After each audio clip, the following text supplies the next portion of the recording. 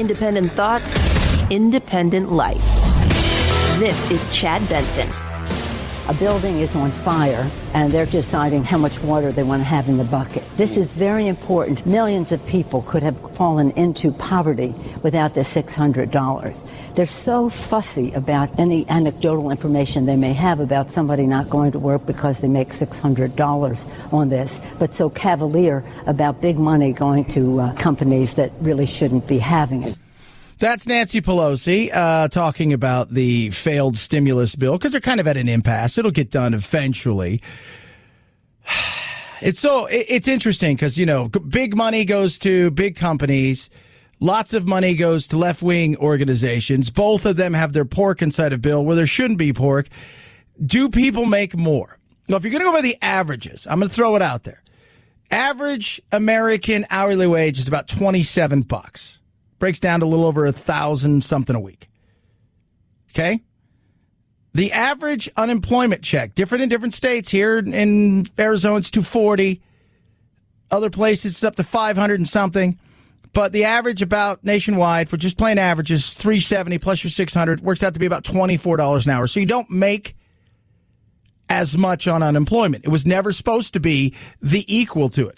In theory, it was supposed to be about a 70% replacement. That was always the, kind of thing I heard growing up and what people talked about. It wasn't supposed to be an incentive to not work. And at the same time, it wasn't supposed to be something that you couldn't survive on. We're in a tough situation. Let's be real. So the Democrats want their $600. I'm going to read you the difference between the bills, right? And both of them have their wish list. So let's talk about said bills, the differences. So the House wants some different things, obviously. The unemployment benefits is different. They proposed $600. Now check this out. They want $600 extended till the end of the year with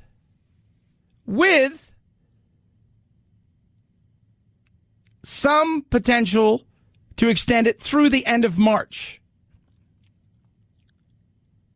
The Republicans are offering $200 through the end of the year, and then nothing past then. I don't know why you would do anything past then at this point in time. We've got to look up and see where we are. I think taking big runs at something for months is silly at this point in time. Both are seem to be kind of in lockstep with as far as the stimulus payments. $2,400 for $1,200 for individuals, $2,400 for families, $500 per dependent. It's kind of the same thing as before. It doesn't seem to be a max out. The Republicans, the Dems, they max out at $6,000 per household. Small businesses, both have small business in there. Differing in that. Education funding, the bill would provide $100 billion in education funds, of which $90 billion would go to the states to be split between K through 12. The Republicans call for $105 billion in education funds. $70 billion of that would go through K through 12. $30 billion for colleges and universities. So very, very interesting. I mean, it's not like there's not money in there, and the Republicans are like, we're not giving anything. Liability's big. Democrats have opposed liability protection. Instead, they want to require new regulations. Not a shocker. The bill wants liability protection for the Republicans across the board. Safe harbor for businesses, schools, healthcare providers, nonprofits, things of that nature. Meaning, if you go to work, they're not liable if you get exposed to it. And first of all, I wouldn't even know how you prove it. It's not like if you work at a restaurant, right? So you work at a Mexican restaurant, that somehow you got Mexican restaurant COVID and you didn't get COVID at Costco COVID. Do you know what I mean? How do you even prove that? State and local funding. This is where it's a little different. The bill for the Republicans doesn't include additional funding for states, but gives them more flexibility to use some of the $150 allocated in the CARES Act when it comes to revenue shortfalls. The Dems want $500 billion to the states, $375 billion to local governments, which they can address budget shortfalls and expenses because of lost tax revenue. It's got to get done before they go on their recess. Do I think it will get done? I think it's going to have to get done. And is it going to cost us? Of course it is. We believe we must meet those needs, and it will cost money. But mark my words, If we spend less money now, it will cost us more money later. I think 400. I've tossed out the idea of starting maybe at 600 and then working the way down. 500 the following month, 400, 300 through the rest of the year. Is that a possibility? There are other bills out there. I think we can get this done. It's just about being smart, and it's about not playing politics. And it's hard because that's all they know how to do is play politics. And it gets frustrating, and it's stupid. We know they're going to get something done. That's the thing that should piss us all off. We know you're going to do something. Why not just figure it out? Lock yourself in a room, order some food, wear your mask or whatever you have to do. Make sure the room's really far apart so that way nobody gets it. Do it outside, for God's sakes. Whatever you need to do, get it done so we can move on with the rest of the stuff. People living in limbo, they don't want that. They're already living in limbo because they're scared about, am I going to have a job when my job comes back? Is my job going to survive that much longer? Everybody's living in that panic, fear mode at this moment in time because there's uncertainty. How about, for the sake of argument, you give them some certainty to the end of the year while we try to get a handle on this in a better way? 323-538-2423 at Chad Benson Show's your Twitter. Feel free to tweet at us and text the program as well. It's very interesting. So you've got Dr. Birx, Trump, Pelosi. I said this yesterday because he hammered Birx for giving it, right? Then Pelosi came and she insults him, and they go back and forth. It's the way it goes, right? Because Trump, he likes people that are loyal to him, and we've seen that. Go look at all the people that have been in trouble and what he does. When you become, as far as he's concerned, disloyal, he'll throw you under the bus. You stay loyal, he may get pissed at you. He may get mad at you, but at some point in time, when push comes to shove, he'll back you. President Trump is lashing out at one of his top health experts, Dr. Deborah Birx, after she made this warning on CNN. What we're seeing today is different from March and April. It is extraordinarily widespread. Trump called that answer from Dr. Deborah Birx pathetic and claimed that she took the bait and hit us because House Speaker Nancy Pelosi said repeatedly that she had no confidence in Birx. I don't have confidence in anyone who stands there while the president says swallow Lysol and it's going to cure your virus. Which he didn't say, but you continue to say stuff like that. I mean, and nobody calls her on it. I have never been called Pollyannish or non-scientific or non-data driven, and I will stake my 40-year career on those fundamental principles. Good. You should.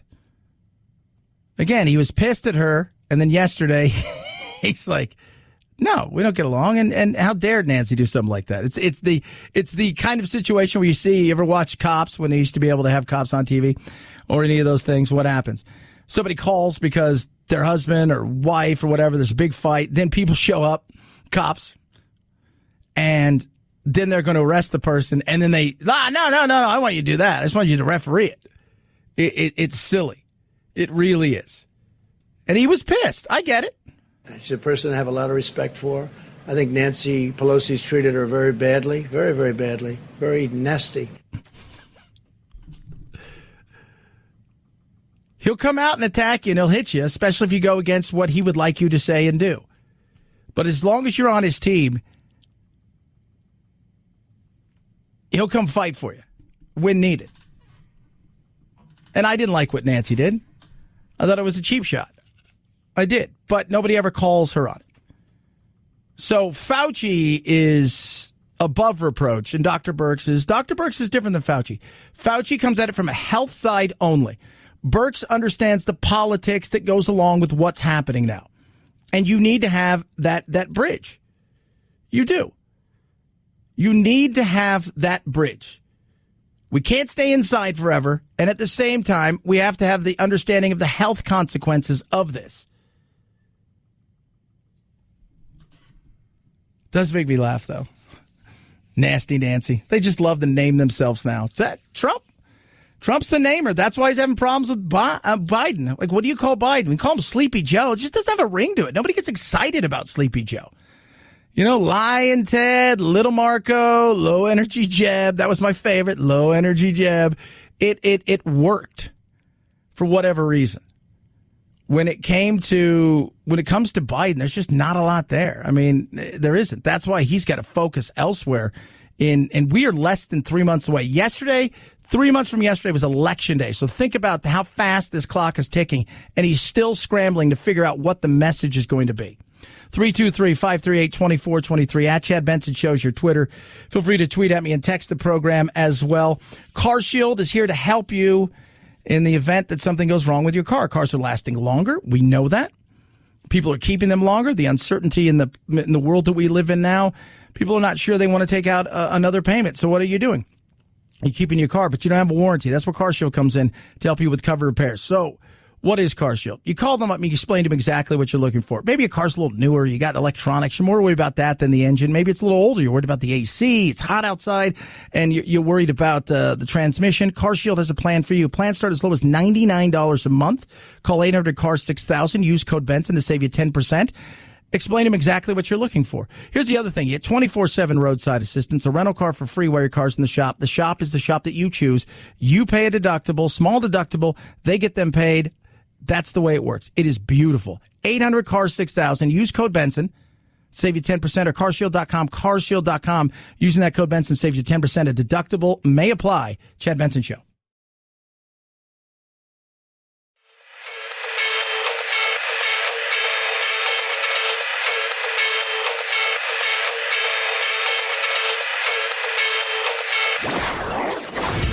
Don't let the Washington Beltway strangle you. This is where the exhausted majority comes to refuel, realign, and reevaluate. This is Chad Benson. Obviously, we're going to have a pretty good roster turnover here. Some of the guys I've never met and still at this point have not met, text with, but not met. Other guys that we're comfortable with, that we know are coming, that we've been part of our summer camp and actually our spring also. So parts of it are comfortable from that point. It's Don Mattingly right there talking about his new baseball team, which is the Marlins. But that's because his old baseball team, which is also the Marlins, well, they had some issues with the thing that they call the coronavirus, and a bunch of them got it. Then yesterday, out of nowhere, there was a couple Cardinals that tested positive, and by the end of the day, they were moving up to like 8 or 10 that had tested positive. Their 4-game series with Detroit is canceled. And people are like, why is it so hard? I said, well, it's totally different. See, the NBA, Major League Soccer, even the NHL to a certain extent, are in a bubble. Everything around them is essentially safe. Nobody's getting in. Nobody's getting out. This is what it is. If you have to leave the bubble for whatever reason, there's a 2-week quarantine period before you're allowed to come back into the bubble, or 10 days now. Baseball's not like that. That's why football's going to have a serious issue. Football's issue is going to be they're going to live their week the way that they live their week. They're not going to be in a bubble for the entire season. So they're going to go home to their families. They're going to travel to stadiums. So baseball is doing the same thing. The NBA, they're in a confined area. Major League Soccer is in a confined area in Florida. Everything is confined. They don't have to go anywhere. Their food is there. They've got a little area that they can go relax and kind of, but outside of that, this is what it is. The NBA, they built a barber shop. They've done a bunch of stuff. They've turned it into a little mini town. And the NHL's kind of done the same thing, which is you're in Edmonton or I think it's Toronto, and these teams play here. These teams play here. There's a 4-block radius that is the bubble. You can't leave that 4-block radius, but anything in there, essentially, you can do. Major League Baseball is going to have a tough time. And you're going to have to accept the fact that there's going to be positive. Football is going to have a tough time. You're going to have to accept the fact that there's going to be positive cases. It's just how big are those positive cases going to be? Is it going to wipe out your entire team, if you will, for a week? 10 days? We have to cancel the game? Or is it going to be one of those situations where you get a handle on it quick enough. And baseball's not doing that. That's the problem with baseball, is you get one, then all of a sudden you got 10 or 15 guys. In the NFL, a little bit different, because the NFL, the way it breaks out is you're with yours. So if you're on defense, you're hanging out with defense. If you're a DB, you're with the DBs most of the time. If you're a cornerback, you're with the cornerback. If you're a lineman, you're with the lineman. And so it's going to kind of work that way and I think they'll be a little bit better at it, but I still think it's going to be a tough issue. And because these guys are healthy, more often than not, they're what? They're asymptomatic. So they don't even have it. And by the time they figure out they have it, it's usually too late. 323-538-2423 at Chad Benson Show is your Twitter. Feel free to tweet at us and text the program as well. Love hearing from every single one of you. Again, nothing going on when it comes to getting some sort of stimulus. This is what people are looking for. What is the next round of stimulus? What is it going to be? How is that going to look? There will be some, and they will come to some sort of agreement. And they'll pat themselves on the back, and they'll talk about how it was a tough battle, when the reality is this is your gig. Get it done. These discussions are continuing. It gives me hope that we can reach an agreement. We will keep at it and at it and at it, because the nation demands a solution, a bold, comprehensive solution that will slay this awful virus and its consequences once and for all. Well, you're not going to slay the awful virus. I think we're starting to realize that chances are it's more endemic than pandemic, meaning it's going to be around. What we can hope for is we build up T-cell immunities, we build up immunities, we find something that's at least 50% effective, and it's going to be more like the flu than what it currently is right now. We got good therapeutics. That's probably the reality. Hate to break it to you, but we will build up over time, as nature does. We're not as susceptible to it. We'll get some of that herd immunity, especially when we eventually have a vaccine, and we can return to life as normal, but it's going to be a long slog, but we will get through it. 323-538-2423 at Chad Benson Show is your Twitter. It's the Chad Benson Show.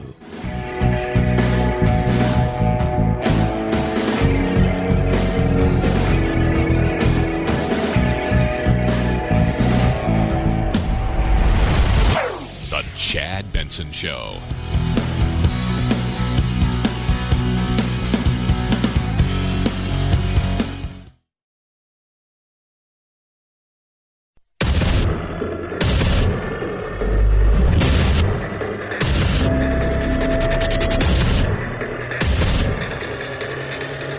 Independent thoughts, independent life. This is Chad Benson.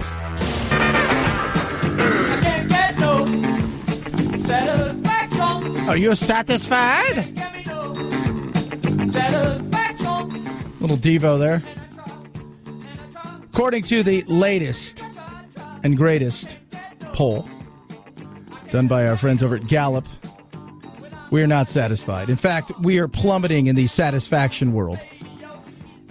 13% of U.S. adults are satisfied with the state of the nation, down to 7 percentage points in the past month. 32 since reaching a high. Now think about this. 32 points. It was a 15-year high in February. So in February, we were at 45% satisfaction. And since then,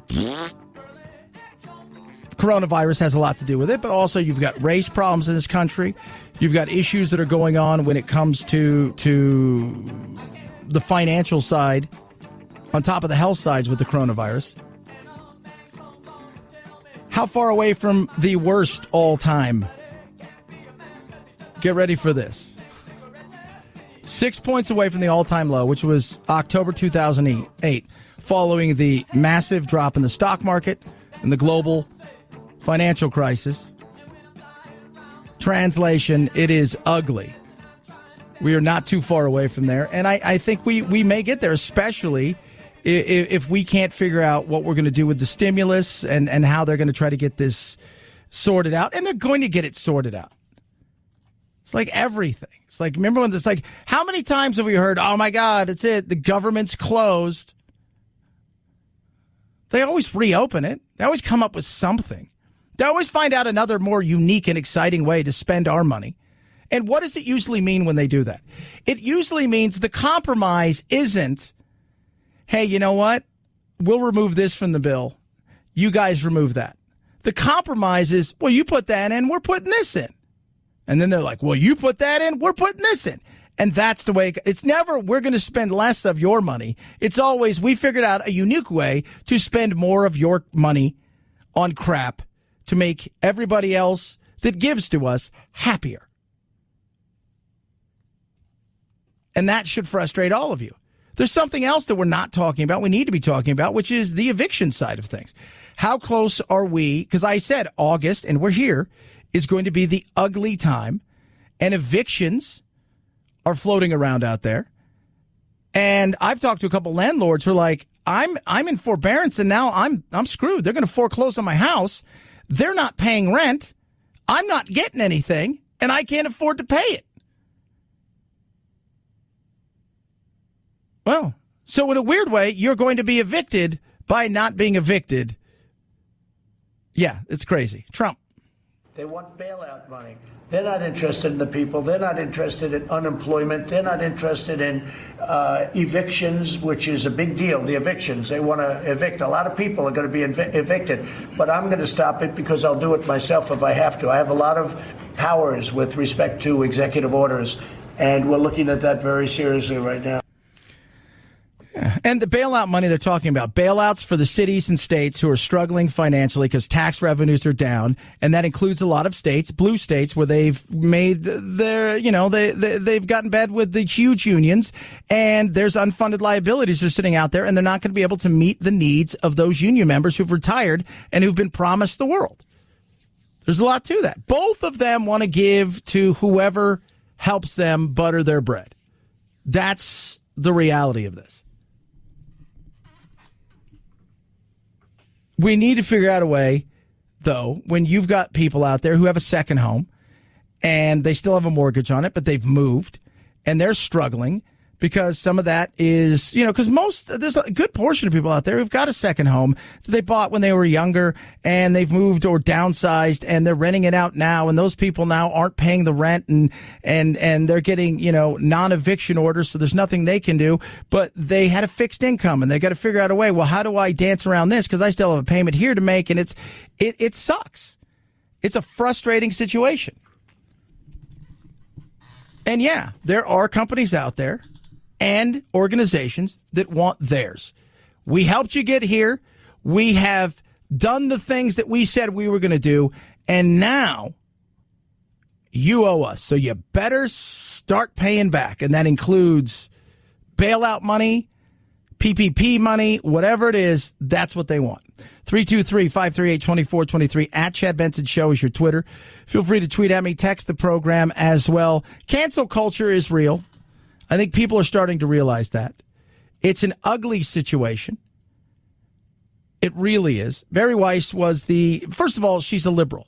I think she's she's considered alt-right because she didn't hate Trump supporters or Trump, and the New York Times brings her on.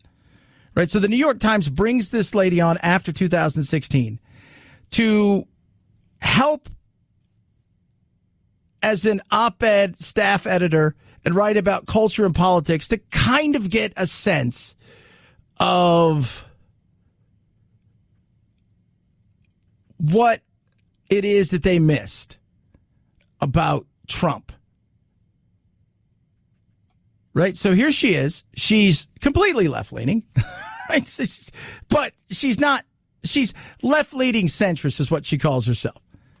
But this is a different world we live in now. I mean, she's bisexual, left-leaning centrist from San Francisco, I think. And somehow she isn't woke enough. So eventually she has to say, I've had enough. And she leaves the Times and the scathing piece that she wrote. And part of the piece that she wrote when she left was talking about the fact that she let Tom Cotton publish an op-ed piece inside of the New York Times. So you allow a human being who is a politician to write something in the New York Times because you have a staff op-ed editor who says, you've brought me on so you guys can understand why Trump? And then all you do is freak out, run around, scream and yell, and want to cancel every single thing. You've got people saying, well, Tom Cotton, he published here, so I don't feel safe. I'm like, what? Wait, what? I've never understood that. I've always asked people when they say, well, I don't feel safe. Why don't you feel safe? Explain to me what it is that you don't feel safe about when it comes to Tom Cotton publishing something. Did he come by and threaten everybody? Is this a Charlie Hebdo thing? I'm curious. So she was on with Bill Maher talking about what cancel culture has become. Writers and editors need to have a level of bravery and thick skin and fearlessness. And when you are living in fear of an online mob, that's extremely dangerous. What cancel culture is about is not criticism. It is about punishment. The writer Jonathan Rauch has called it something like social murder. Yeah, because that's in many ways exactly what it is. It is social murder.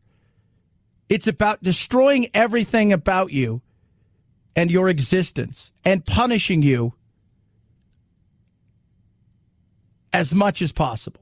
And it rarely does it have to do with an actual person who, quote unquote, was involved in an incident. It is usually about somebody who takes something, runs with it, and because they've run with it, they decide we're going to cancel everything about this person, even if in theory this person wasn't involved. Case in point. There are lots of people in this country who are feeling the sting of cancel culture who aren't famous. I spoke to one of them last night. His name is Majdi Wadi. He's a Palestinian refugee who built an unbelievably successful business called Holy Land in Minneapolis. 200 employees. They make hummus. They have a bakery. They have a restaurant. Someone discovered the tweets of his daughter that she wrote when she was between the ages of 14 and 16 years old. Horrible tweets. They were racist. They were anti-Semitic. Okay. Not him. Her. Did he even know about it? Probably not. All of his accounts were canceled from places like Costco and Sam's. The lease owner of his bakery is kicking him out of the building, and he's scared he's going to go bankrupt. He fired his daughter. He apologized. He agreed to have anti-racism training. None of it was enough. And he said to me, I've lived the American dream, but is this America? Is it America to hold a business owner liable for the sins of their child when they were a teenager? That seems deeply un-American. It is about punishment. Yeah, that's what we've been talking about here for the last couple of years. It's no longer about setting a record straight. It's about punishment. It's about the power of punishing. It's about controlling language. It's about controlling, at times, thought. And if you don't think that's true, check this out. This is crazy. 44%, according to a new Cato Institute poll, 44% of millennials think your support of Trump, business owners, things like that, and we're talking under 30, believe that it's okay to cancel somebody or to fire them from their position in their support of Trump. 62% of Americans are inclined to self-censor when they say they're politically active but don't want to talk about it because they are afraid that they might offend other people. Even people who are moderately left feel that they need to watch themselves. Could you imagine that? So your belief system is different than my belief system, whatever that is, because I think we all have a different belief system. But because I'm not in lockstep with you, you feel you should eliminate me. Now, I'm not asking to eliminate you. I don't want you eliminated. By eliminated, I don't mean killed, but socially destroyed, removed from the airwaves, cancel all your endorsements and your just get rid of you because you do not believe what I believe. And for several years, people on the left are like, oh, you guys are overthinking it. It's stupid. It's not real. It's very real. And when you go through it, and I've talked to several people who have gone through it, and you realize that they lose everything and that their lives are changed forever. But when you've got the average person who's afraid to use their First Amendment in their belief system because of the repercussions that may come back to them Tell me what that is. I'm curious. Tell me what that is. That under 30, 44% of millennials under 30 think it's all right if you want to get rid of somebody because of their belief system difference and they support somebody like Donald Trump. So feel free to destroy their lives. That to me is scary. And we need to pay a ton of attention to it because it's growing on a daily basis. It is. And it doesn't take a lot for it to take hold, and we're seeing it more and more. And by the time you realize it in mass, usually it's too late. 323-538-2423 at Chad Benson Show is your Twitter. Feel free to tweet at me, text the program. The dollar going, it's going to be the reserve currency anymore? Maybe not. Stock market, volatile. Valor Gold, here to help. 800-202-6936. What are they going to do? Show you about the precious metals markets. 50 years of combined experience in the precious metals industry. What do they give you? Well, first of all, they're asking you to take a look at diversifying your portfolio. Maybe you've got too much over here and you need to move some over here. Why? Because there is too much volatility. The dollar's going down. How do we protect your downside in case the market does go for a digger and, oh my goodness, give you upside potential? That is what gold's about. It's not just about protecting. It's also about wealth management and growth. Valor Gold, time-tested, proven strategy that will help you. Plus, gold and silver, immediate source of income when money when you need it, qualifies for your IRA. Call them today. Get a free exclusive copy of The Number One Way to Protect Your Wealth. 800-202-6936. 800-202-6936. Or visit them online at valorgoldgroup.com/Chad. VALOR goldgroup.com/Chad. Chad Benson Show.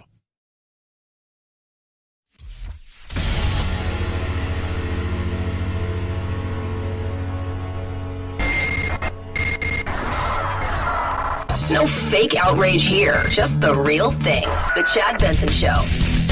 A first for Lifetime, a holiday movie featuring an LGBTQ romance. The movie's called The Christmas Setup, and it comes in the wake of the Hallmark Channel last month announcing its holiday slate, which was criticized for its lack of LGBTQ representation. Lifetime also expanding its diversity with a sugar and spice holiday, which will center on a Chinese-American family. Ah, you said sugar and spice. That's racist. Well, but yeah, this Chinese-American. It doesn't matter. Racist. But they're Chinese-American. They're racist. I can't wait. I look for it every year. I get all excited. I'm like, what's the holiday movies going to be? When do they release the schedule? They're all the same, and I don't care. I love it. It's part of the bouncy Tigger in me, right? Like Tigger. He's a wonderful thing. Bouncy, bouncy, bouncy. I like that. You go around being morose and sad. I don't, we live in the best time in human history. Well, it sucks now. Of course, it sucks right now. It's not forever. It's not forever. This is a moment in time, and we've all been there. You've never been there. Oh, I've been there. Trust me. And make the choice. You can be bouncy and happy. Say, all right, I'm going to look for the best. Try to continue to move forward and do the best possible job that I can, no matter what it is that I'm doing, and figure out how I can better myself. Or you can sit around all day and be Eeyore. Nobody wants that. As long as you're awake, as long as you're breathing, you got a chance. Make it better. 323-538-2423 at Chad Benson Show's your Twitter. Tweet at me and text the program as well. Oh, you suburban people. At the outset of the pandemic, the U.S. housing market was essentially crushed, with home sales plunging by 17%. Now, with historically low interest rates providing some incentive, house hunting is beginning to pick up. And industry watchers say the search is focused on suburban single-family homes as opposed to downtown condos or apartments. In May, Caliber Home Loans saw a 13% rise in the number of searches in zip codes outside the central city. Why? Because people looking around saying, it's crowded, it's busy, I can do my work from home in some cases.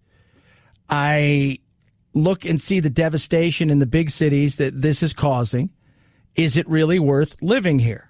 Well, you've got museum and restaurants. You got museums you can get to still.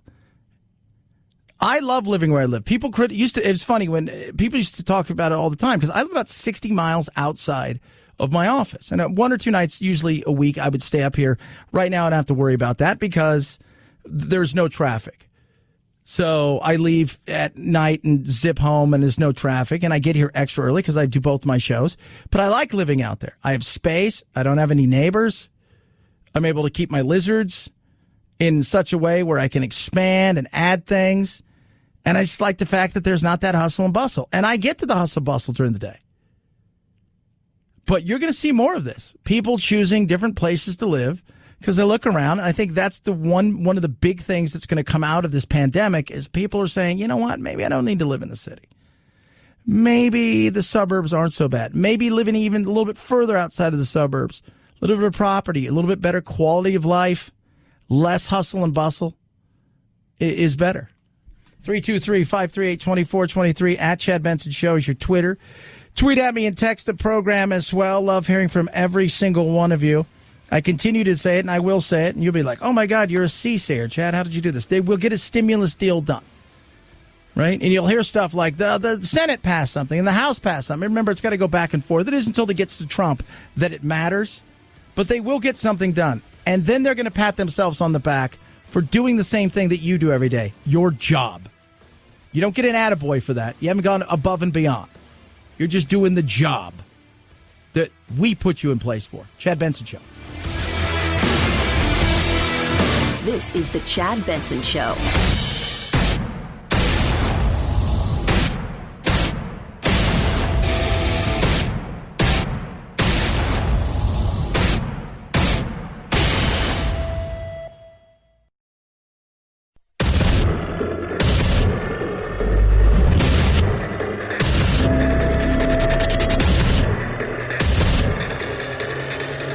Independent thoughts, independent life.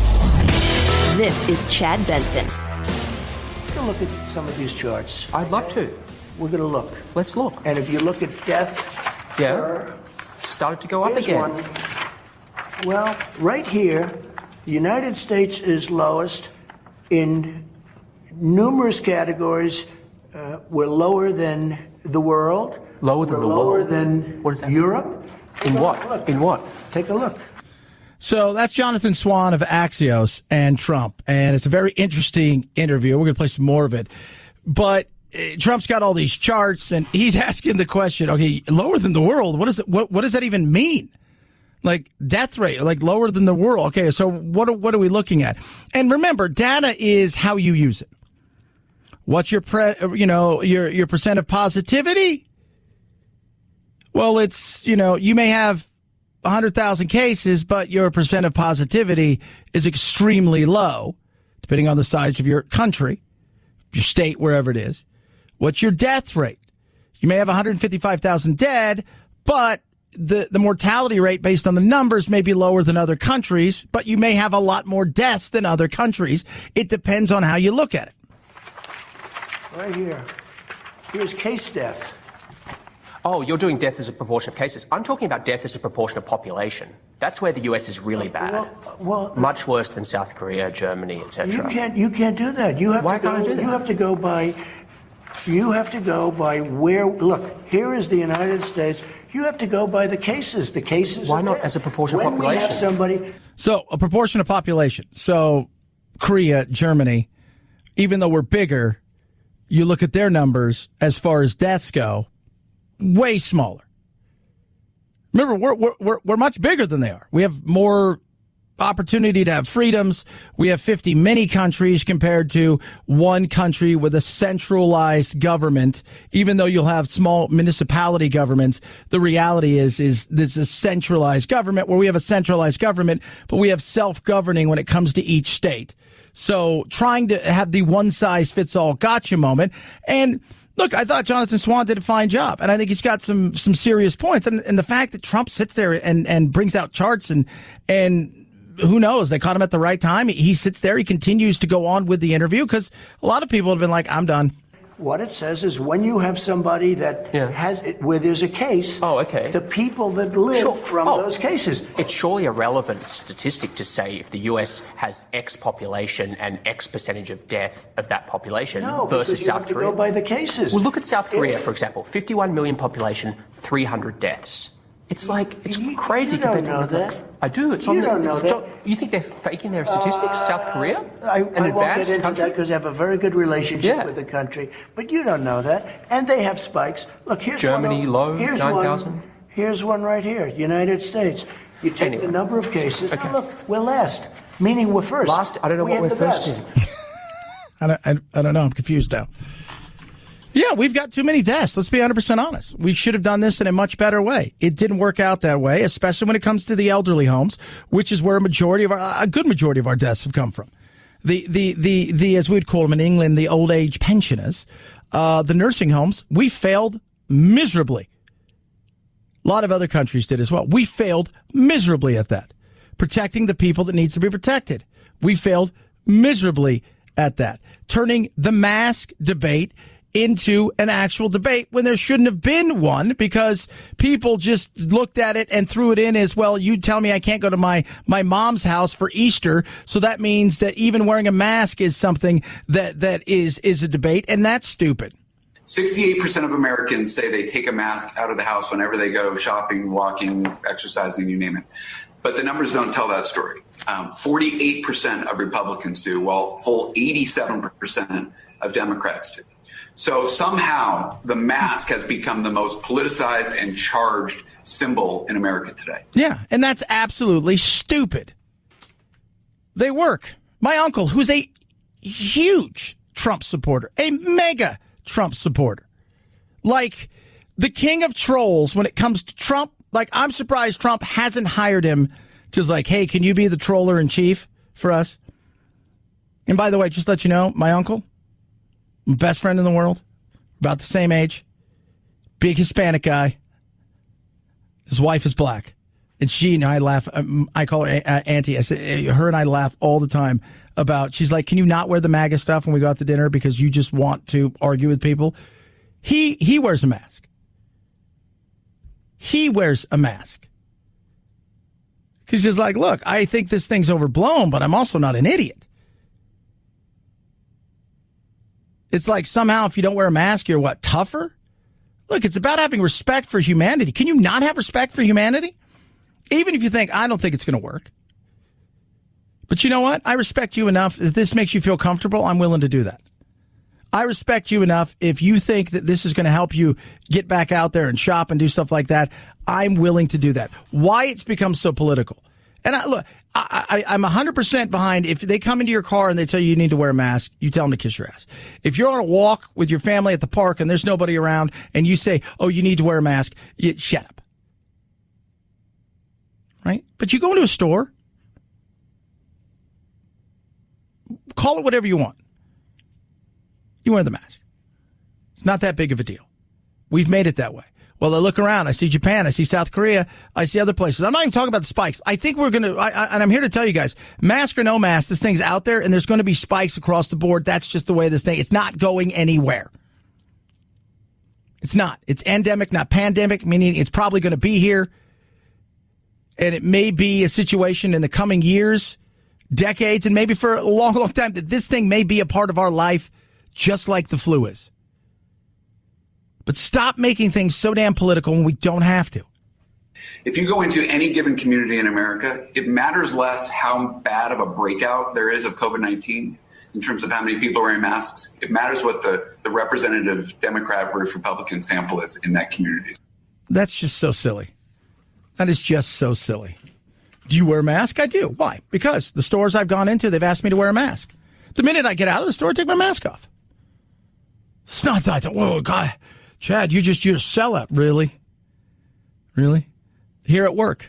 So I'm very blessed at what I do. I have my own show.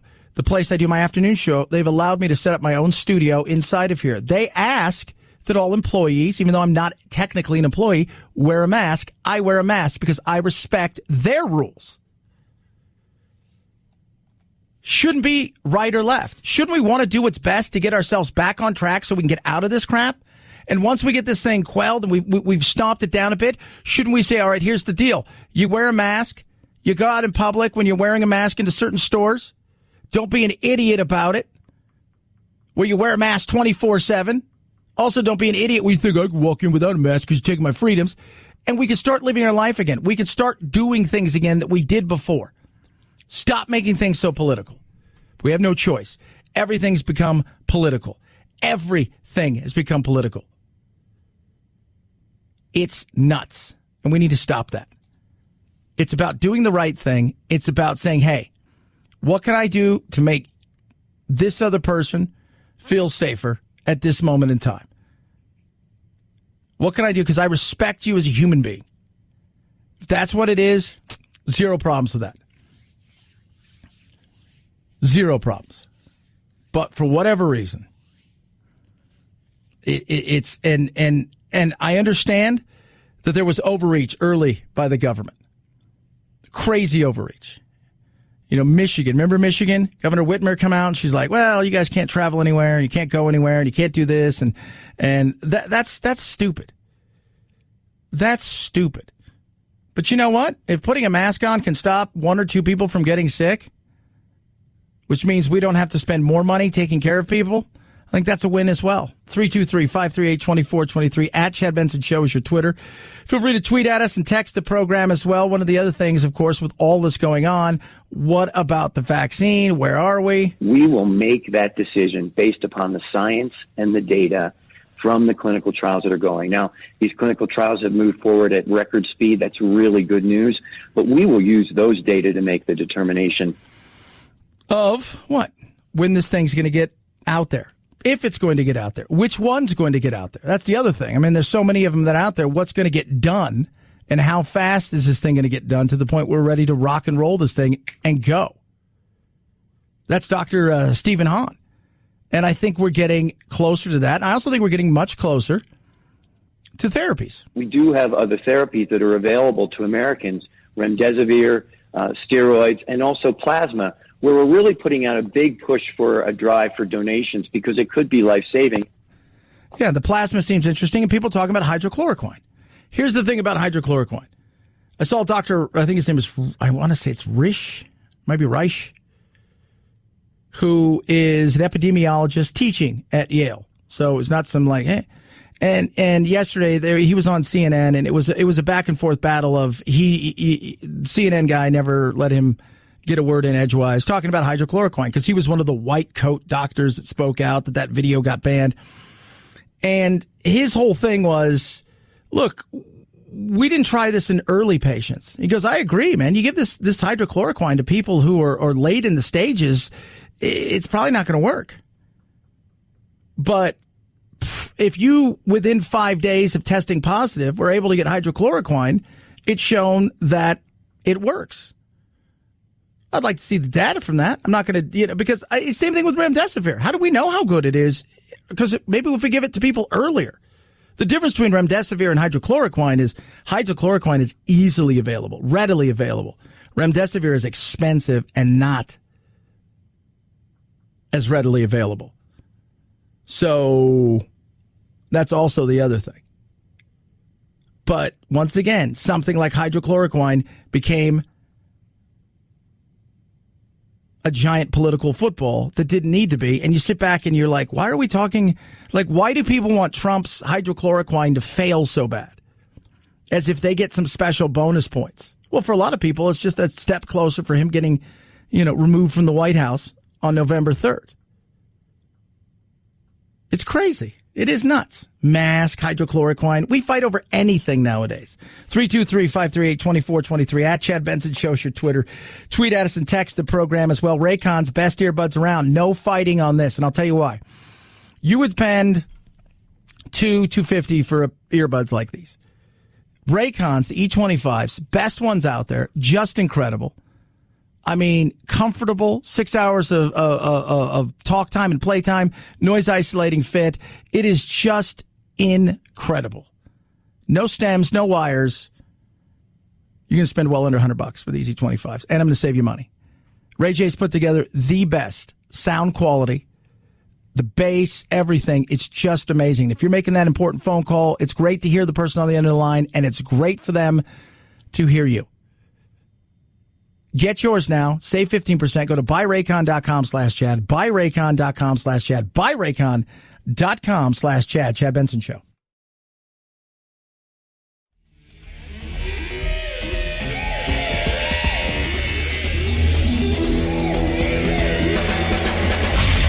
go, boy. This isn't about right or left. This is just about right and wrong. Right you are, Chad. The Chad Benson Show. 5, 4, 3, 2, 1, 0, ignition, liftoff. Now it's time to find out what's trending. What's trending? Yeah, what does that mean? I mean something, right? Like it's trending on the old internet. What's trending? All kinds of crap trends. That's what happens here. It's always interesting to think, okay, what are people really talking about? And what's trending? Because that's not the real world. It's always like Google. Google's trends are so much different because it's everything.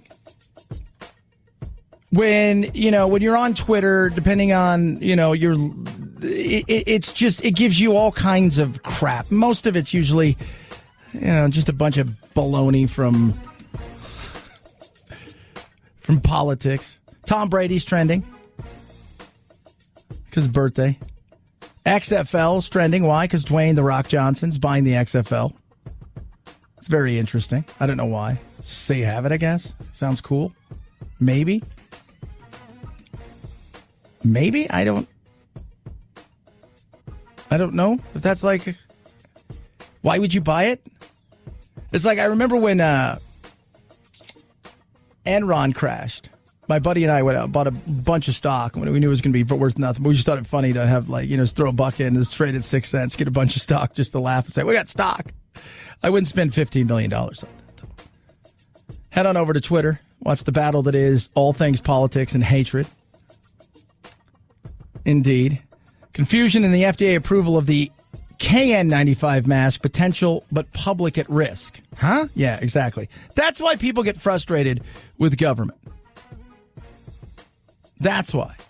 So, yeah, we approve this thing, but you're still at risk. Well, I think there's a risk for everything. There is. It doesn't matter what it is. Trump is not well as treating. Hashtag shut your mouth. It is what it is, because Trump, in the interview today with Axios, Jonathan Swan, it is what it is. That's the battle of he said something, now we're going to run with it. We're going to make it something, and oh my God, we'll make it political. Here's the question for, and I asked this to my friends in the media, I'm like, what do you do when he's gone? Whether it's 4 years from now or whether it's in January. Like, what do you do? Because Biden's not going to bring people to you. Is your hope that he picks somebody that's so far left and that they try to do a bunch of crazy things, that the right rises up so there's some emotion? I mean, is that what the hope is? Because you're not any more interesting. I can go all day and not talk about Trump. Better things that we talk about all kinds of. I can go all day and not talk about politics. There's a great story yesterday that there's a study that says I think it's 4 out of 5 parents believe they know what their kid is going to be when they grow up. And I talked about it on my afternoon show. I'm like, everybody's like, do you know what Jack's going to be? I have no idea. And that's because people are trying to, I think, push their kids in directions. To me, I found it fascinating because I have no idea what Jack's going to be. First of all, I know one thing. He wants to be an influencer at this point. Right? Like when I was a kid, I knew I wanted to play soccer. And then I wanted to do voices and talk. Those were my two things. Like I didn't care much for school. I liked to learn, but I liked the way I was learning in school. I liked to do but those were my things. But I couldn't tell you what Jack wants to be. Right now, he's little. He wants to be an influencer. Why? Because Kalis and all these other influencers. Chad Benson Show.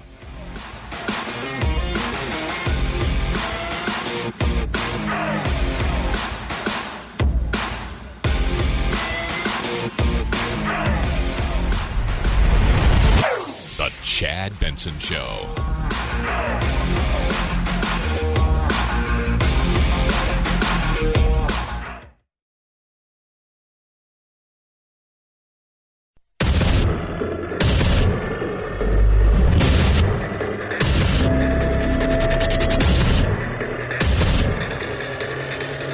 Independent thoughts, independent life. This is Chad Benson. A building is on fire and they're deciding how much water they want to have in the bucket. This is very important. Millions of people could have fallen into poverty without the $600. They're so fussy about any anecdotal information they may have about somebody not going to work because they make $600 on this, but so cavalier about big money going to companies that really shouldn't be having it. It's the battle of the never-ending doing anything. We want to give them this. No, wait, they want that. We want this. They want that. Let me tell you what's going to happen. They're going to come up with something, whatever it is. They'll pat themselves on the back, and they'll figure out more ways to spend our money ridiculously, whether it's propping up the big business that's helped them continue to hold the powers that they have, or whether it's big unions that continues to help them hold the powers in the areas that they have. That's kind of what goes on. That's kind of what goes on here. There's not a lot in these bills that it's too different. I mean, the $200 a week is a sticking point. The Republicans want $200 a week. So it calls for cutting the weekly payments from $200 to $200 from $600 until states implement a system that replaces roughly 70% of laid-off workers' wages. They want the states to kick in more, which I think is great, because I think the states had more in this. If they were more vested financially in a lot of this, they're losing tons of money. They're turning to the Fed saying, please help us. Would you have handled the shutdowns in a much different way? Would you have been more vigilant on the way that the mask wearing? Would you have done other things and maybe not been so quick to shut things down? Would you have taken different approaches if you knew that the tax revenues were going to be lost and you would be looking around going, what do I do? Well, the feds will bail us out. On the other side of things, the Democrats want $600 through January. So $600 a week through January. And get this, those receiving regular state benefits at the time could receive continually the $600 boost through the end of March. So we're not talking about a couple more weeks a month. This will essentially be a year. So you're looking at the rest of August, September, October, November, December, January, February, March, another 8 months of $600 a week. Average person in America, hourly wage, about $27. About $27.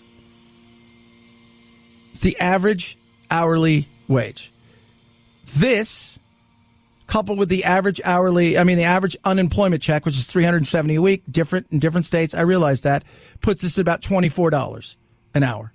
Is that a disincentive for some people? Yeah. Well, yeah. My life's not changed too much, and I get to stay home, so maybe there's that. For some people, they're making a little bit less. For some people, they may be making more. Why would I want to go back to work if I don't have to and I'm going to make more money? That's stupid.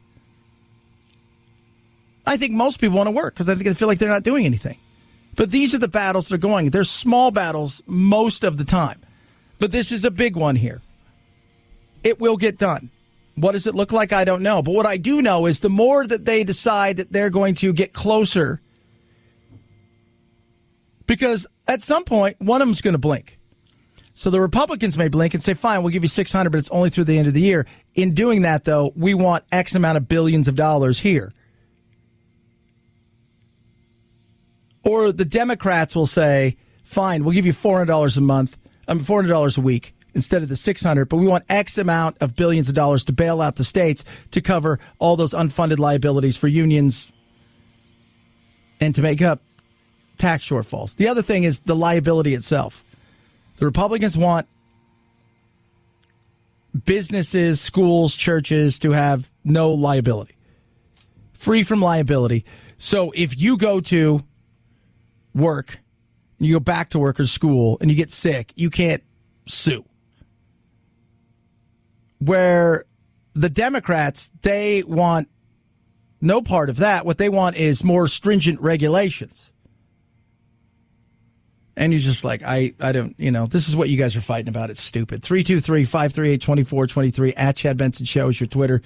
Feel free to tweet at us, text the program as well. TikTok, that's still out there. People not quite getting what's going on. It's very interesting. I was trying to explain yesterday to my, the guy that was filling in for me. So my other on-air partner from my other show, he was on vacation, comes back today. And so we had Lloyd Banks fill in. He's kind of our executive producer, kind of the guy that does everything, second in charge of the station. He filled in.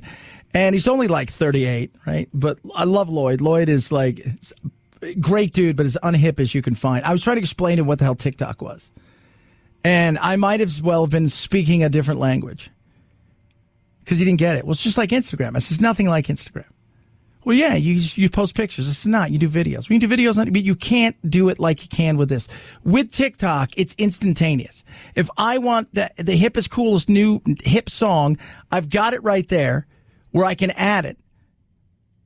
I can do all kinds of different things, including duets. I've got you've got television, movies, all these things that you can ad lib and put things in there.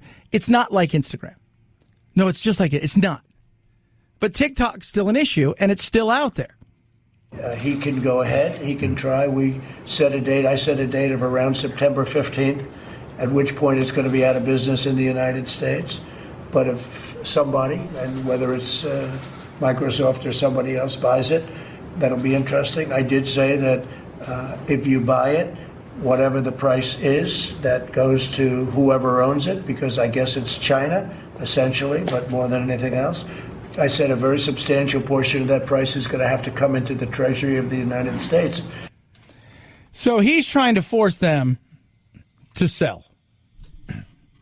Right? He's trying to force them to sell. And I'm okay with that.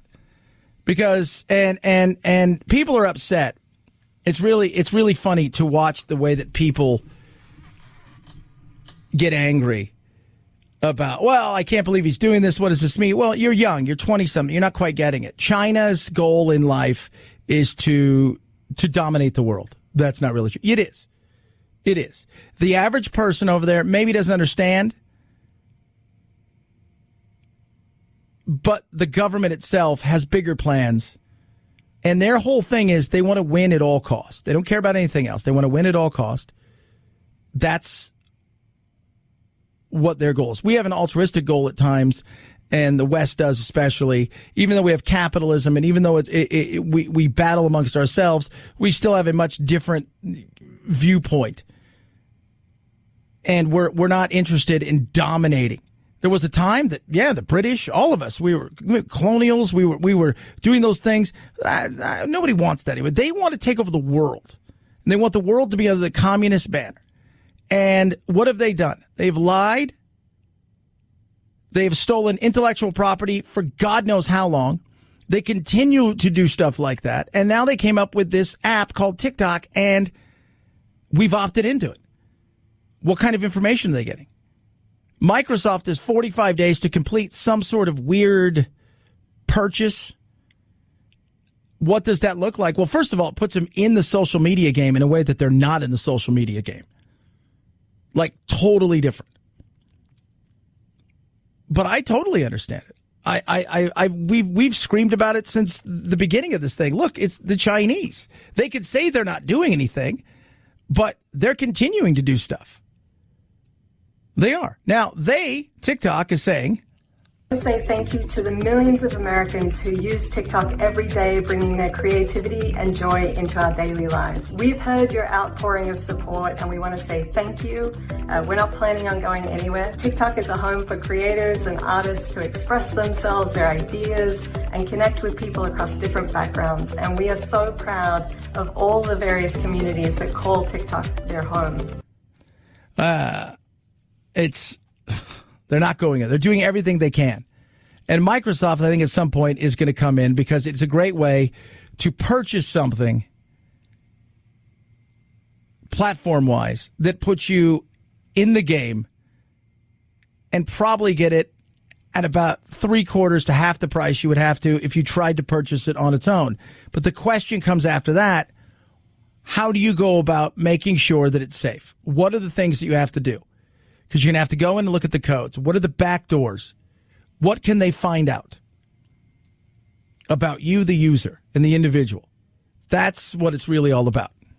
I'm also proud of our 1,500 US employees who work on this app every day and the additional 10,000 jobs that we're bringing into this country over the next 3 years. We just announced our $1 billion fund to support our creators. And when it comes to safety and security, we're building the safest app because we know it's the right thing to do. So we appreciate the support. We're here for the long run. We'll see. We'll see what it looks like in the long run. Do I think they're here for the long run? I think, for all intents and purposes, they're going to be bought by somebody, whether it's Microsoft or several hedge funds that get together and purchase it. I think they will. But then it's how do you reprogram it? Because it's becoming a cultural phenomenon. It is. It's exploding. It's bigger than Snapchat. It's bigger than a lot of different things. And it's growing fast. 323-538-2423 at Chad Benson Show, your Twitter. It's just so great trying to explain to him. Well, I don't get it. I know you don't get it. Like, what do you mean, though? Like, what is it? What is it? What, like, how is that different than so I'm just trying to explain to a guy what TikTok is. And I'm 49. He's 39. And we've got our assistant producer who's 25, and he's trying to help, and God. Isn't it weird? You ever run into people and you think, we're the same age, but you're like 70 and I'm not? Always find that weird. Maybe it's because I'm so childlike at times, but it's just, I find it. I was watching this weekend, I was watching golf because I enjoy it. And there was so they have like the Champions Tour, which is the over 50. So, which a lot of the guys still play. The guy who won this week, Jim Furyk, he still plays on the PGA Tour, but he's turned 50, so the opportunity. Phil Mickelson could play in it now. And I look at Phil, and I look at some of the other guys who are kind of the same age as Phil, maybe a year or two older, and I'm thinking, man, Phil looks like he could compete, and he doesn't look like kind of a dork, and you're 52, and you feel like a dork. They all got game, though. 323-538-2423 at Chad Benson Show, your Twitter. Rough greens, great for your dog, which means it'll be great for you. I love my dog, Doodle. He is amazing. He bounces. He's happy. He didn't used to be that way. Before I started giving him rough greens, he had really bad fatty tumors. He had struggles with his hips to the point where he didn't like to get down, and if you got too near to him and you patted him in the wrong spot, he would turn around and nip at you or try to bite you, and it was awful. Started giving him rough greens. After about 10 days, things changed. I just take it, I sprinkle it on his food, and it comes to life. It's got natural vitamins and minerals, digestive enzymes, probiotics, omega-3, 6, and 9. It brings his food to life, and it's changed him. 3 months in, he's happier, he's healthier than he's ever been, and it's because of rough greens. Now, you can do the same thing for your dog. Maybe you want your dog to be healthier. Maybe your dog's got, a few signs of old age, and you miss that old bounciness. This will be the best thing you've ever done for your dog. It's $14.95 for a 14-day jumpstart. It is incredible. It's the best thing you'll ever do. Get yours now by going to roughgreens.com/Chad or call 833-MyDog88, 833-MyDog88, or go to ruffgreens.com/Chad. Rough Greens, we make any pet food better. Chad Benson Show.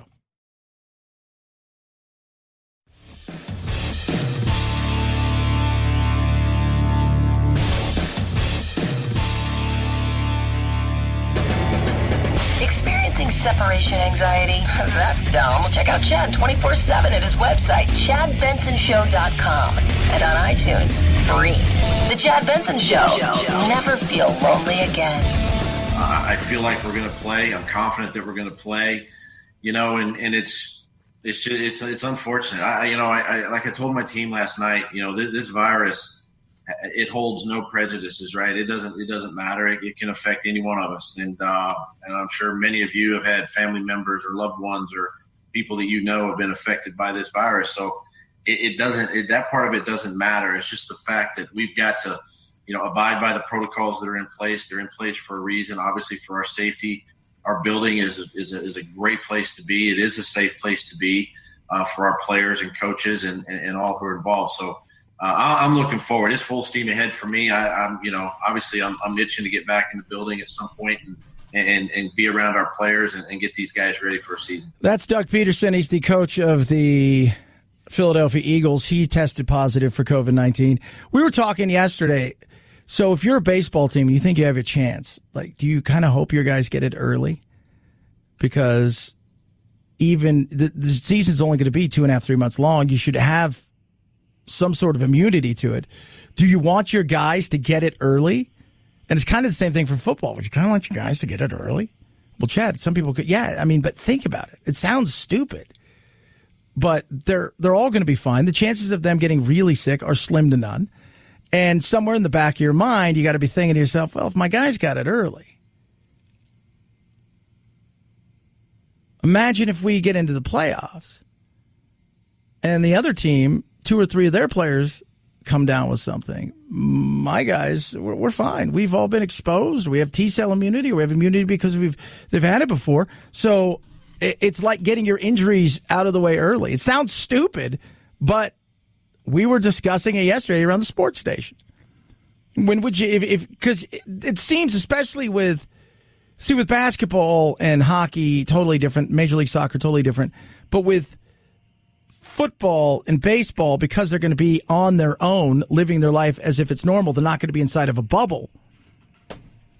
Something to think about. Sturgis Mayor Mark Karstensen says it's up to visitors to be responsible for themselves. There's a lot that can be done if each person takes their own choice in mind and washes their hands, stays home if they're sick. Some bikers are opting out this year, saying gathering during a pandemic is just too dangerous. There's no way there's going to be social distancing. You can't even get a car through there because there's bikes on the sides, bikes in the middle. Health officials in neighboring Minnesota are recommending bikers who go to Sturgis get tested for COVID-19 when they return home. Yeah, so Sturgis is going to be, first it was going to be off, then it's going to be back on. I don't know what it looks like. Usually what it's about 200,000 bikers is what normally takes place, I think. It's something like that.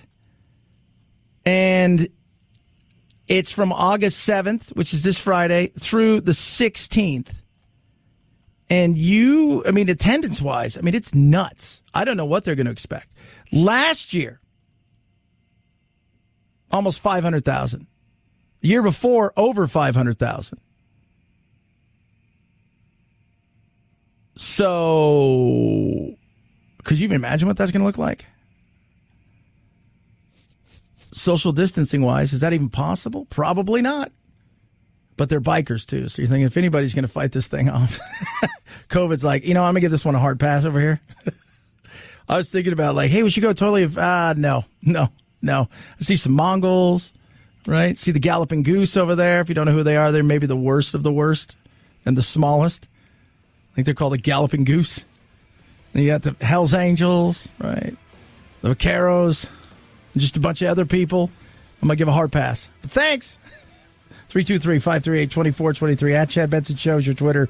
Feel free to tweet at me. Text the program as well. Love hearing from all of you. It's the Chad Benson Show.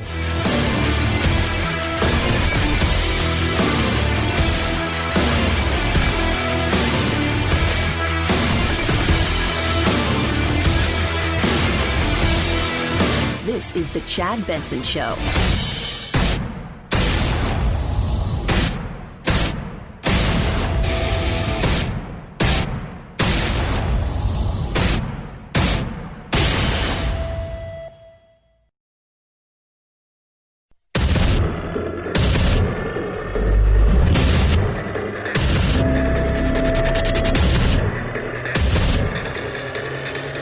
Independent thoughts, independent life. This is Chad Benson. The Democratic leader is still refusing to let struggling Americans get another dime unless he gets a massive tax cut for wealthy people in blue states that has nothing to do with the coronavirus. Wait, what? Look, both sides want something in this stimulus. It makes me laugh. And it's funny hearing Mitch McConnell talk about a tax cut that he doesn't like. That's where we are in politics. Yeah, I want to give tax cuts, but only to my team. That is the dumbest thing ever. Both have. Let me tell you how this gets done. So the stimulus package is going to look different, but eerily the same to what they're offering now. There's a few things that they're fighting over. And the funny thing is, as they fight, rarely does anything ever come out. All they end up doing is pouring more crap in. So each side gets so full of crap. So just the gluttonous of spending our money on all kinds of stuff. Just, oh, God, I can't eat anymore. I'm going to try. And then you look around and you're like, you guys did your job. It wasn't even a clean bill. You're paying for unfunded liabilities, which means we're paying for those, for public sector unions and to the shortfalls of states across the country who were already overspending pre-pandemic and now are really in serious trouble. You guys are paying off your buddies who help you get elected for throwing them fat contracts, giving them extra PPP, doing all of those kind of things. At the end of the day, the American people are supposed to say thank you for you guys doing your job? I think not. I think not. It's the battle of baloney. That's what you get here. Republicans tried multiple times to extend the money, including at the same dollar level that our colleague himself said he wanted. The Democratic leader blocked it all. Because it's not the dollars that they want those dollars, but for their stuff. So what did we end up seeing here? Let me tell you what ends up happening. Everybody gather around. They just expand those dollars. Oh. So they expand the dollars. They spend more dollars. We get taxed on more dollars. We pay for more crap. And then they feel like they've done something. You've done squat. That's what you've done. 323-538-2423 at Chad Benson Show is your Twitter. Feel free to tweet at me, text the program as well. Love hearing from every single one of you. So, it's tough to listen to. You got a mom, you've got kids, it's Aurora, Colorado. Cops pull them over. You get where I'm going. The sounds of children handcuffed face down on the pavement. Prompting a new investigation after Aurora, Colorado police mistakenly believed they'd found a stolen car driven by Brittany Gilliam. To hear 4 kids scream my name like that is the most heartbreaking thing ever. Gilliam says without warning, officers pointed guns at her 6-year-old daughter, 12-year-old sister, and 2 teenage nieces. Yeah, it's not a good look at all. Now, why did they do it? There is an explanation for this. Feels a little bit much, even with this explanation, even if what they were suspected of, which they didn't do anything, even if there was that, I still think this feels like it's a bit much. Here's how police explain the mix-up.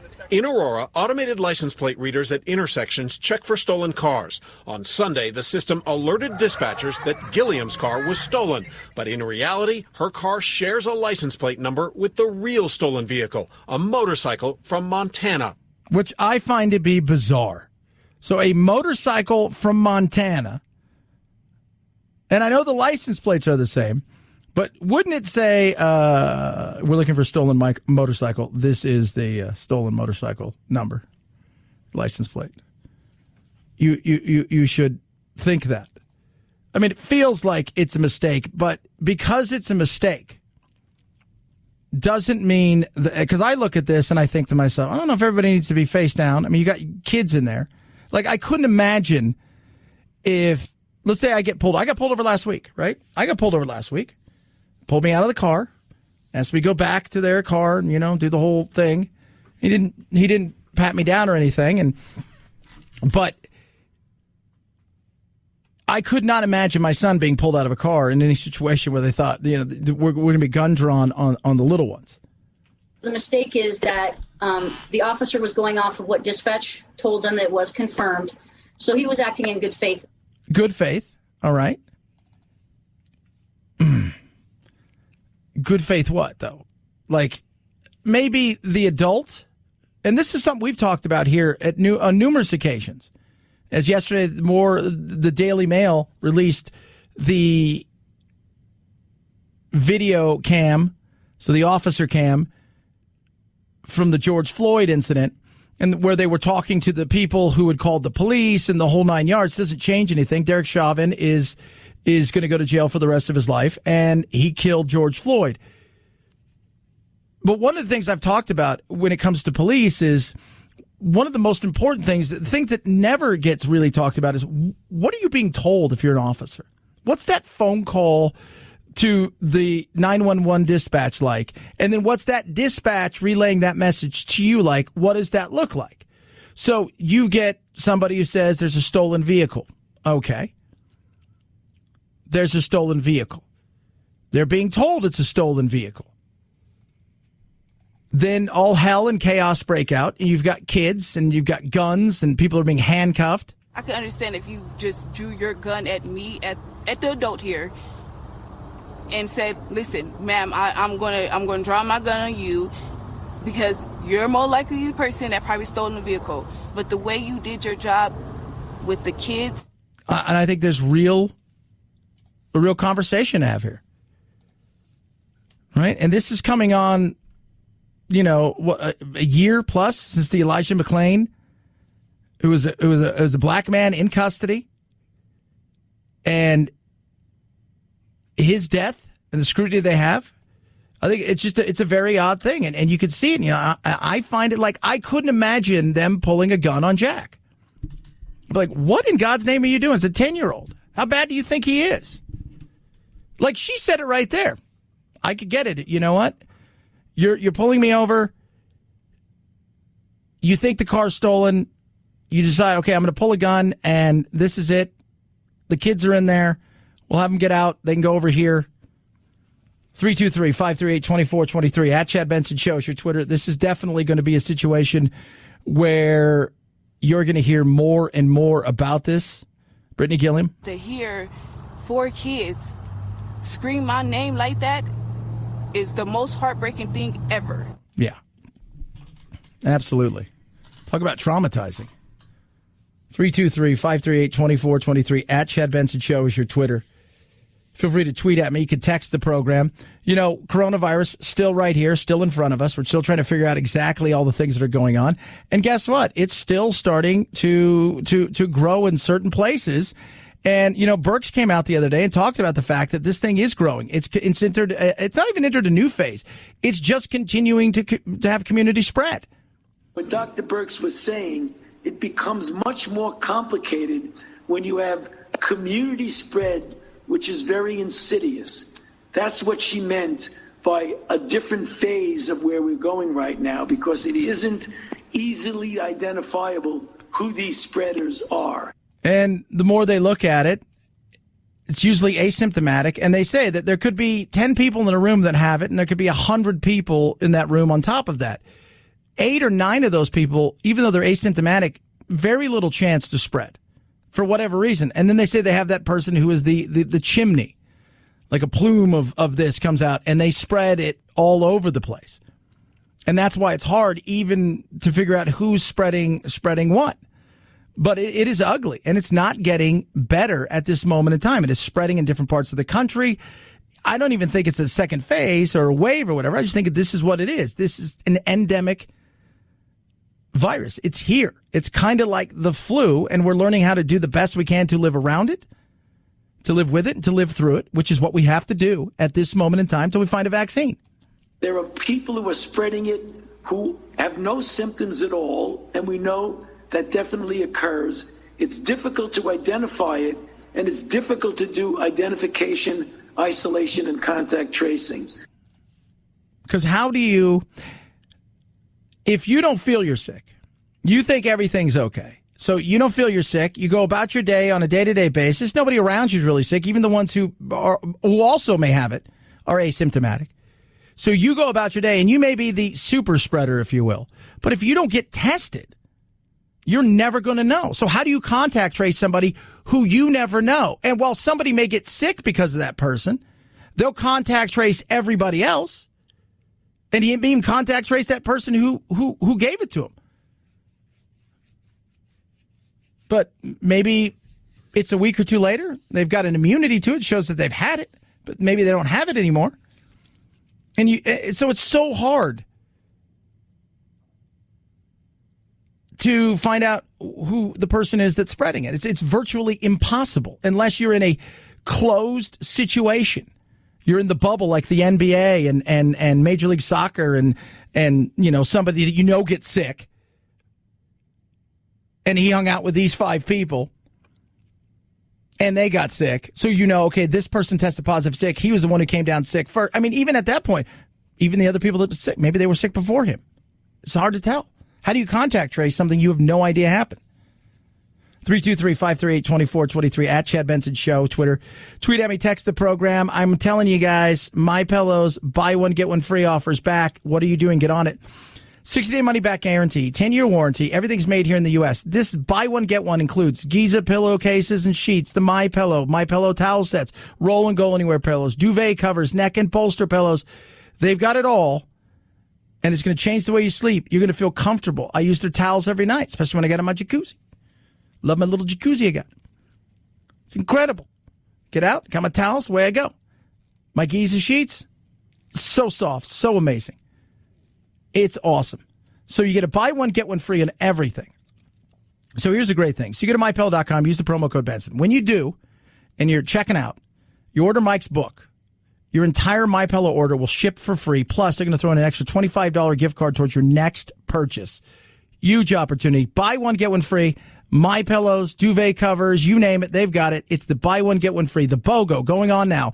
MyPillow.com, promo code Benson. MyPillow.com, promo code Benson. Chad Benson Show.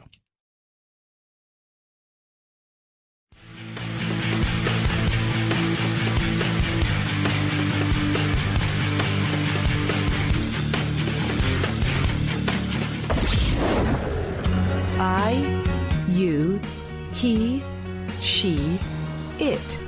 Lucy is a girl. Point of personal privilege, please do not use gendered language to address everyone. Shut up, boo. Ain't nobody got time for this.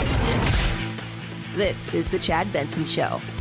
The simple message from Victoria State's Prime Minister, stay at home if you've tested positive or you're waiting results. And from now, there will be no exercise. If you are supposed to be isolating at home, then you will need to stay in your home or on your property. Fresh air at the front door, fresh air in your front yard or your backyard, or opening a window. Breaching isolation guidelines could mean fines of up to $3,500. That would be tough to do here in America. That would be. It'd be tough to do in America. To tell somebody you're sick, you can't go out. We've seen it in a few cases where somebody was positive with COVID, but still went to the store, still did things, and they're like, I got to get groceries. I got to survive. I don't have anybody else to do it for me. And that's when you look at things and you go, yeah, you should stay home. Are there circumstances when it will be tough? And I think a lot of people out there don't want to go get tested because their fear is if you test positive, your work is going to shut you down for 10 days. Because I think most people realize like 99.5% chance that you're going to survive this. So you're looking potentially at 10 days of not working, which probably means lost income. Even though you may be curious. And there are people out there, I'm sure, that go and get tested and they find out they've had it. And they may even still, but they don't feel bad. So they're just going to I'm going to be quiet. It sucks that we're in a position, but you'd be lying to think that that doesn't happen. It totally does happen. And I understand that people are in a financial position. I've said here in America, as we battle over the mask debate, the great mask debate, which is the politics of it all. But think about some of the other politics that go on and the fact that people aren't financially secure, or maybe they were. And they even had a month or two where they could ride it out, not realizing this thing may go on for 6 months or a year in a position where we're kind of stagnant. And now they're falling behind and they're still able to work. They've got to go in. They know they're positive and they don't want to spread it to anybody. And at the same time, they also feel like they can't be honest. It's tough. It is. 323-538-2423 at Chad Benson Show is your Twitter. Feel free to tweet at me. You can text the program as well. Love hearing from every single one of you.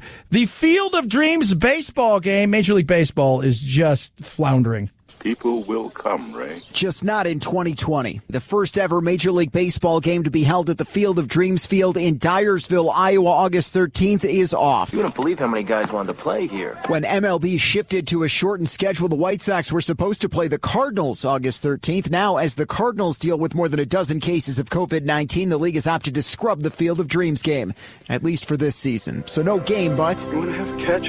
Yeah. So, baseball yesterday, the Cardinals canceled their 4-game series with the Tigers. So that's been canceled because they've had several players test positive, as well as parts of the traveling group that goes from place to place. Football seeing more and more players opt out. College football has seen some bigger players opt out.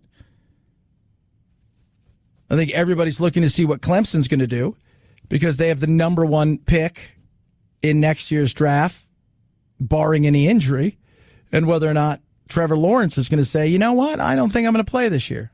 I know I'm going to be the number 1 pick. Hell, I'd have been the number 1 pick if I came out as a freshman. So, will he or won't he play? No.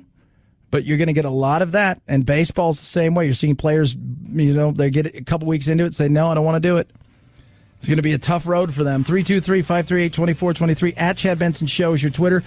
Jonathan Swan from Axios and Trump go at it. It's a great interview.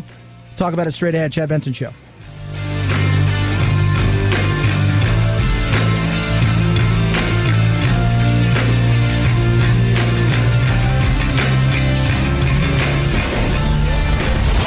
The Chad Benson Show.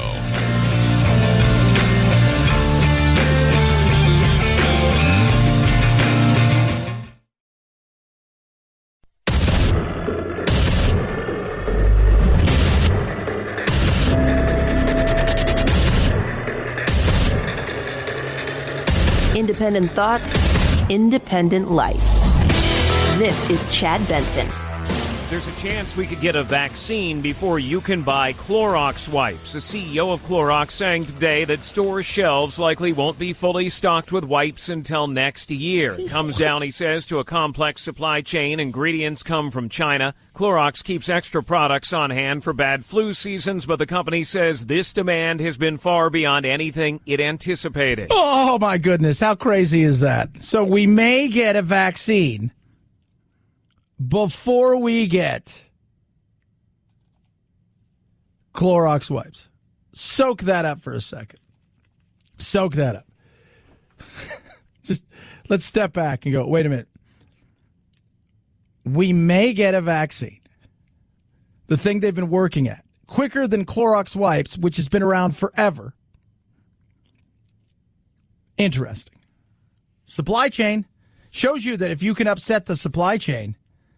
You ever go watch any World War II documentary and see how big of a role that sabotage played in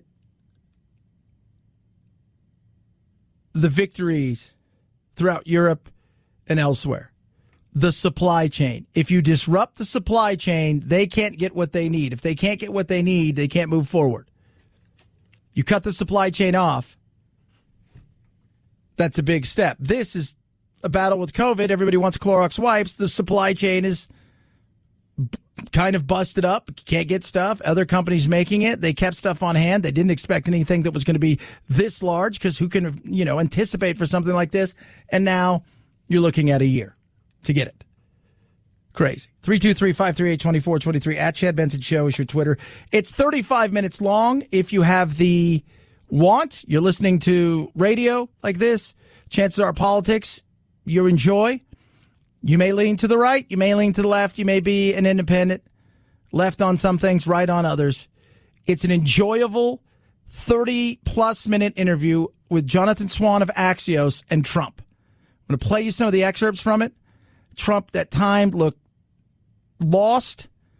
He said some things where you just stand back, talk about a guy who holds a grudge, but let's start talking about death, the death rates. We've got papers. It's bizarre. Take a look at some of these charts. I'd love to. We're going to look. Let's look. And if you look at death, it's started to go up again. One.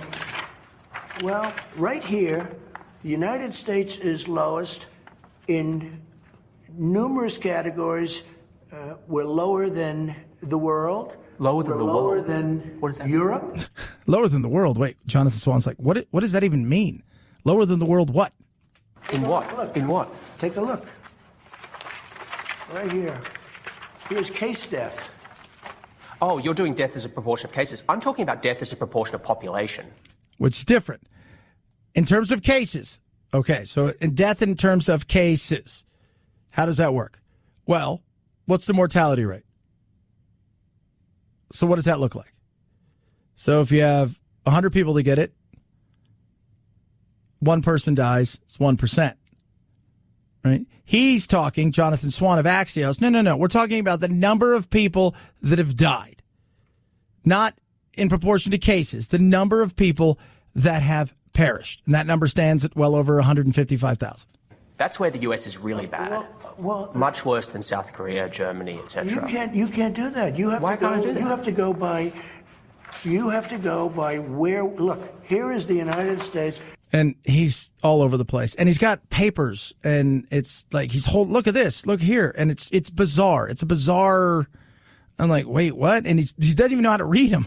You have to go by the cases. The cases. Why not as a proportion of population? When we have somebody, what it says is when you have somebody that has where there's a case. Oh, okay. The people that live from those cases, which is what we were just talking about, the mortality rate of the caseload.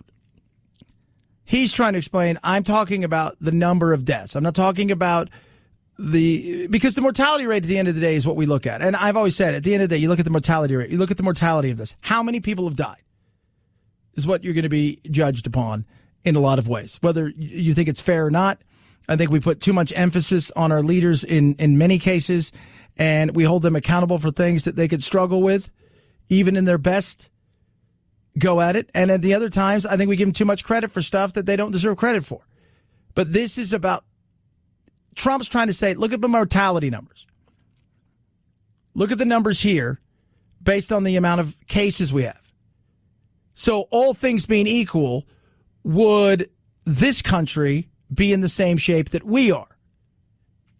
It's surely a relevant statistic to say if the US has X population and X percentage of death of that population versus South Korea. You have to go by the cases. Well, look at South Korea, for example. 51 million population, 300 deaths.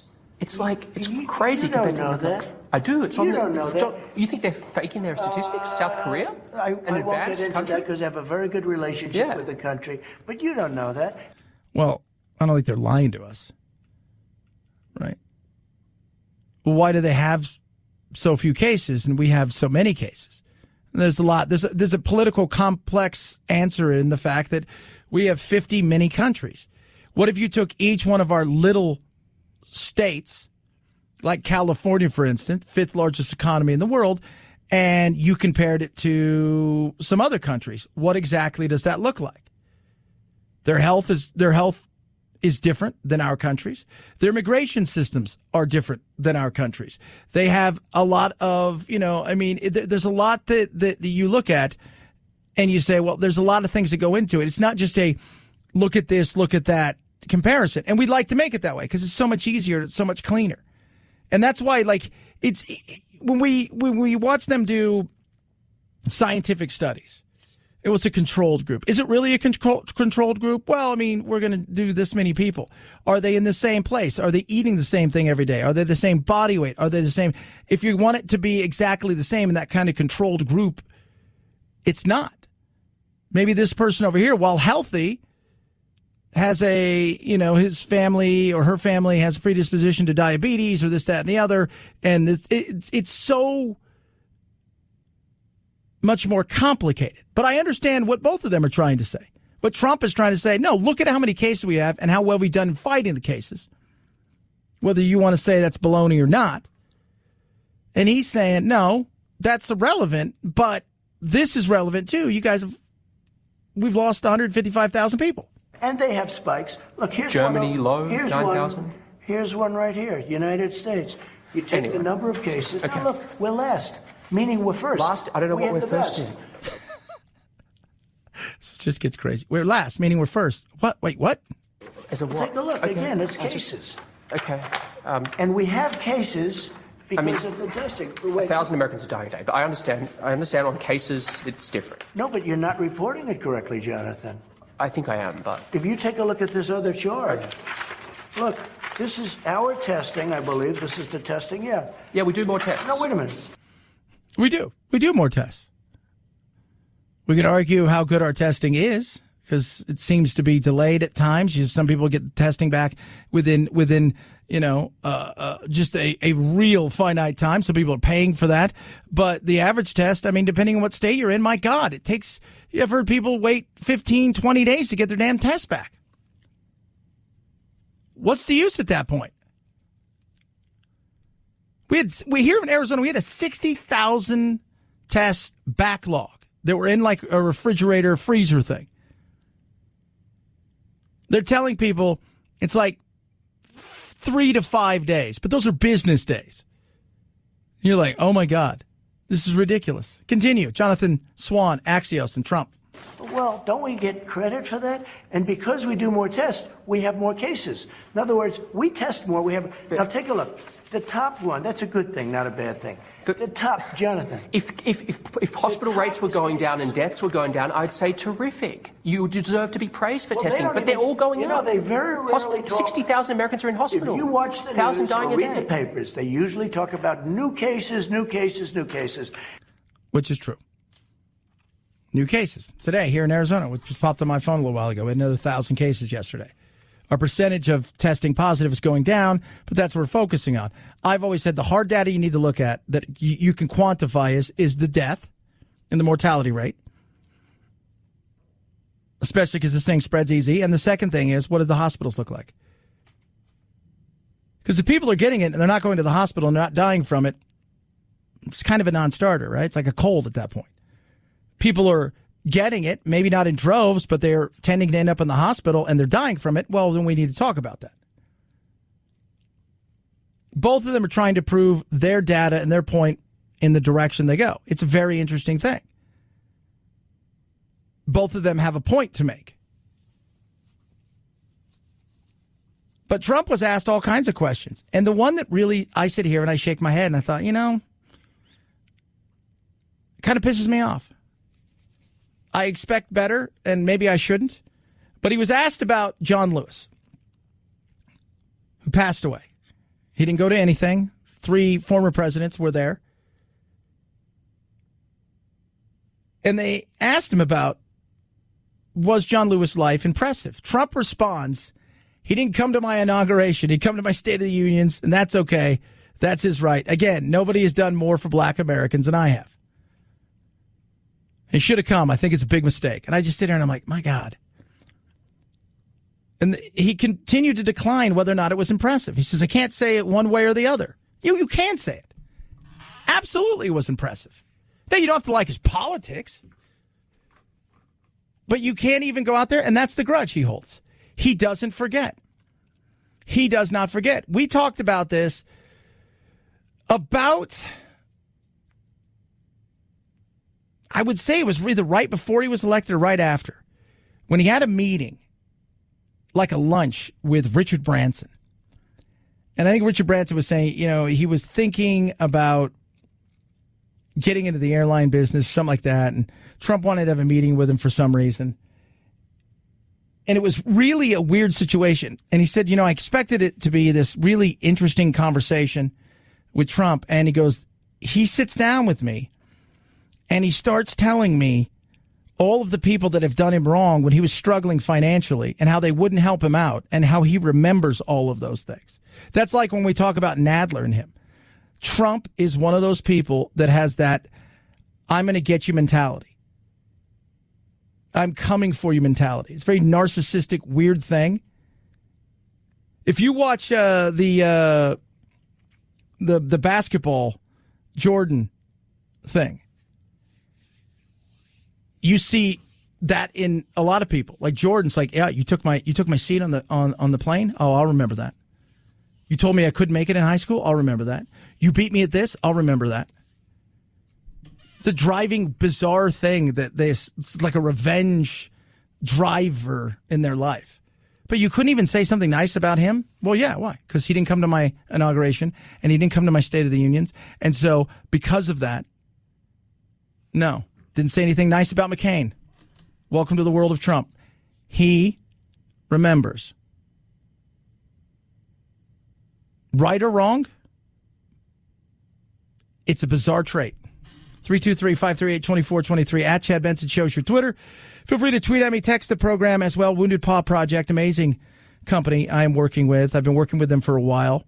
I love working with them. They rescue dogs. So these are dogs that would otherwise be euthanized, and they take them from this shelter that in many cases, these are sometimes some of the worst of the worst. These are dogs who have been maybe bait dogs, dogs who have even been dogs who are fight dogs, and they rescue them, and they take them and make them service dogs for veterans, first responders, and their family. And it really is incredible what they do. The work they're doing is amazing. Now, they need your help. If you have any unwanted vehicle whatsoever, your extra truck, car, RV, if it runs, it floats, it flies, whatever it is, they don't care. They will take it. You get a great tax-deductible gift, and the proceeds will go to protect, advocate, and transform shelter dogs into service dogs for veterans, first responders, and their family. Several ways you can donate as well. Again, great tax-deductible gift. You can also give cash. Call 844-678-4PAW. Find out how you can get involved. 844-678-4729 or visit woundedpawproject.org, woundedpawproject.org. Remember, you'll be saving a paw to save a life. woundedpawproject.org. Chad Benson Show.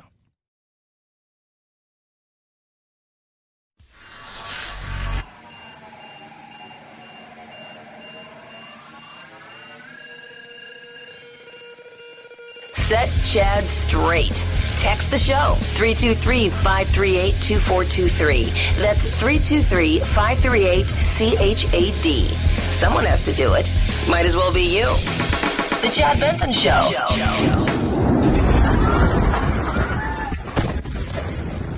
That right there is a explosion that took place today in Beirut that is flying around the interwebs. And I will tell you this right now.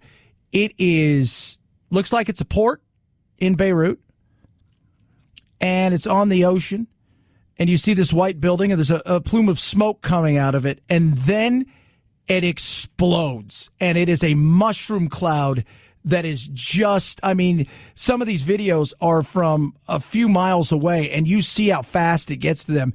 It is crazy. It is absolutely just frightening, the awesome craziness of it all. Don't know if it, exactly what caused it, but to see the how fast it gets to, imagine being a mile from something or half a mile away, and you see the plume of smoke, and then there's an explosion, and within a second and a half, you feel the sound, and then all of a sudden, here comes the mushroom. It was crazy. It's crazy to check out. 323-538-2423 at Chad Benson Show's your Twitter. I threw this out there today that according to a study that our satisfaction level is extremely low. It's the lowest it's been in 9 years. And I ask, are you satisfied? And I'm always interested to see what people say. And somebody's like, 12% of the people are lying. We all know that the only 1% who somehow made the money during this pandemic, while everyone else is losing theirs, they're the only ones satisfied. And I'm thinking, so money is the only thing that matters? Is that it? No. I don't think money is the only thing that matters. There are people out there. Remember, even though our real unemployment is sitting at probably 20, 21%, the reality is 80% of us are still working in some fashion. And while there's troubles out there, and we need to always remember that we will get through this. And I don't think we talk about that enough, because panic porn, which is make sure that everybody's scared and on edge, and because it gets more clicks and more likes, the algorithm says that this kind of emotion will trigger more people to doom scroll, if you will, or whatever. 80% of us are still working. 80% of us are still continuing to move forward. And it may be a little bit more tricky than before. I can understand why people are, but I don't think it's all just about money. I think there's a lot of things that's going on in our country that we need to address. It's crazy. It is. People just like, it's not always about money. Some people only think about that 1%. Nuts. 323-538-2423. At Chad Benson Show is your Twitter. Tweet at us and text the program as well. Follow along with us, Chad Benson Show TV on the YouTube. Have a blessed and wonderful day. Go get yourself a taco. We'll do it again tomorrow. Night, Jack.